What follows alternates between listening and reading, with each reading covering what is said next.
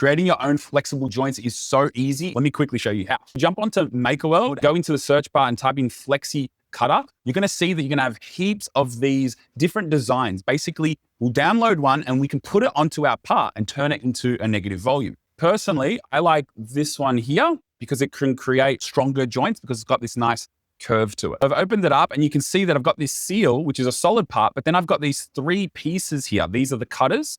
And right now they're negative volume. I'll copy this whole thing across to another bed, right click on this part and change the type to an actual part instead of a negative volume. I actually just want to isolate that. Click on it, separate this whole thing into its objects. I'm going to delete this seal. Now I've just got this cutter and I can export this as one STL. That is going to be my cutter. And I can use that to put a joint into any objects. So all I have to do is import my part, put it in here, select those 2 pieces. So I click on them and hold control and right click that and then go merge. So now my cutter and my banana are merged. So I'm going to move my cutter over that piece there, right? And then I just need to scale it up, right? Until it covers this entire part. This cutter is actually a part. I actually want it to be a negative part. So I right click and go change type to negative part. And you can see that it's put the banana right on the base.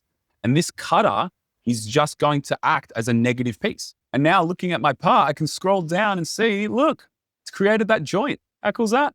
And you can see this one here has got like this smooth region, right? It connects more smoothly to the part. Some of the other ones that are out there, there'll be like a right angle, like at these joints, which makes that a little bit weaker. And that's how easy it is. Give it a go. Let me know how you go.